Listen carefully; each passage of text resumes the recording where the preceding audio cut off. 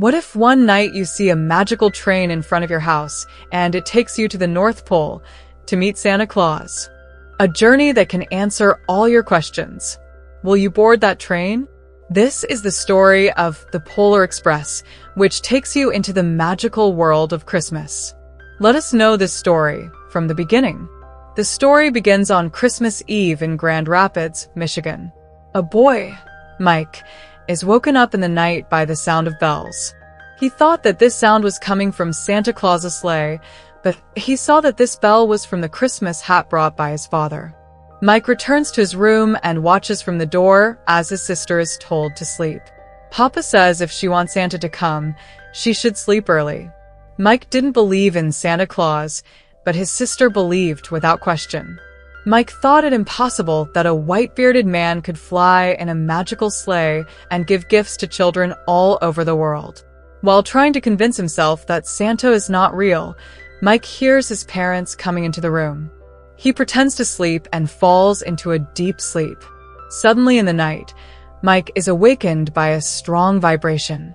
He is surprised when he sees a steam train parked in front of his house. The train seemed real, and Mike kept looking at it to make sure it wasn't a dream.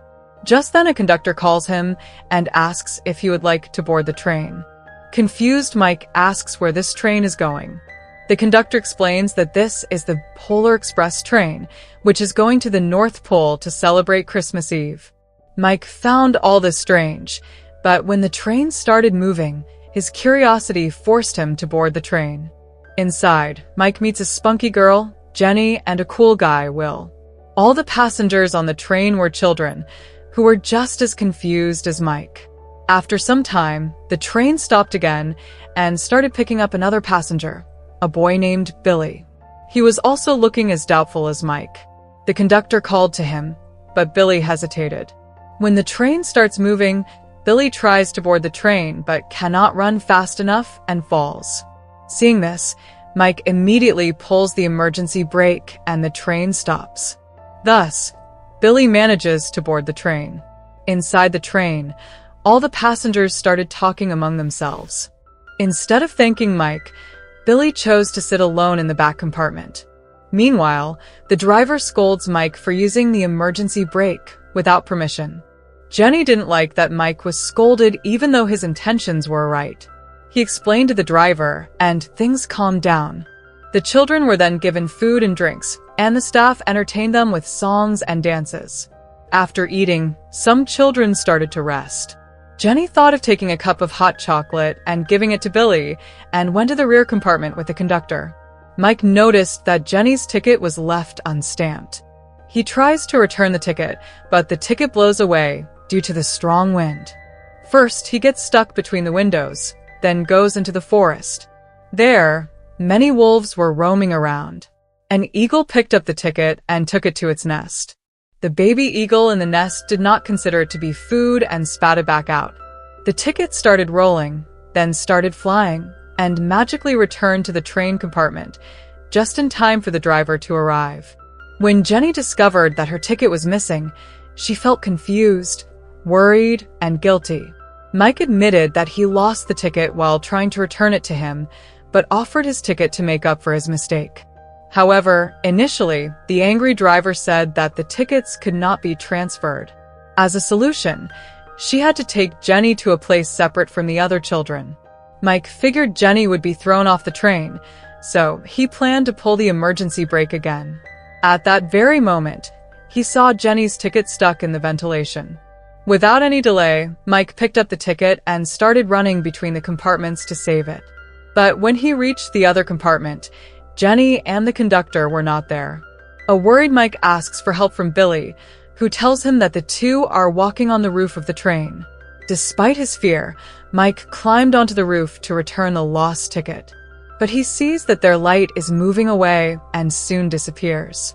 Then a mysterious man appears, who is warming himself near a makeshift fire. He revealed his name to be Jim, a wanderer from whom no one knew where he came from. Jim offers Mike a warm drink and a friendly conversation. During the conversation, Jim learns that Mike does not believe in Santa Claus.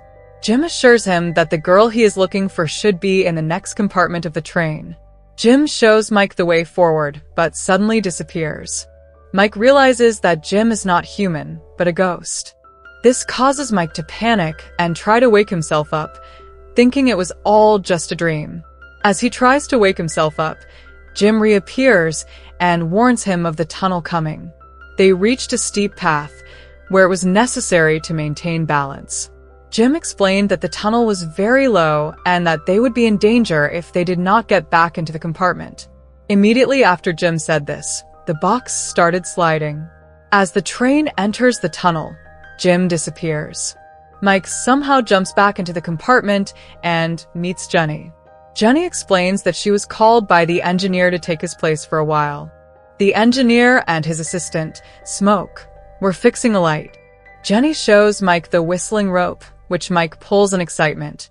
Suddenly, the driver asks to stop the train because he saw something on the way.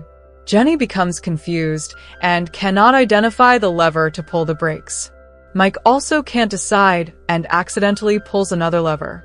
Luckily, the train stops. They see hundreds of deer standing on the road. The conductor observes the behavior of the deer and pulls the beard of one of them, causing them to move out of the way. The journey begins again.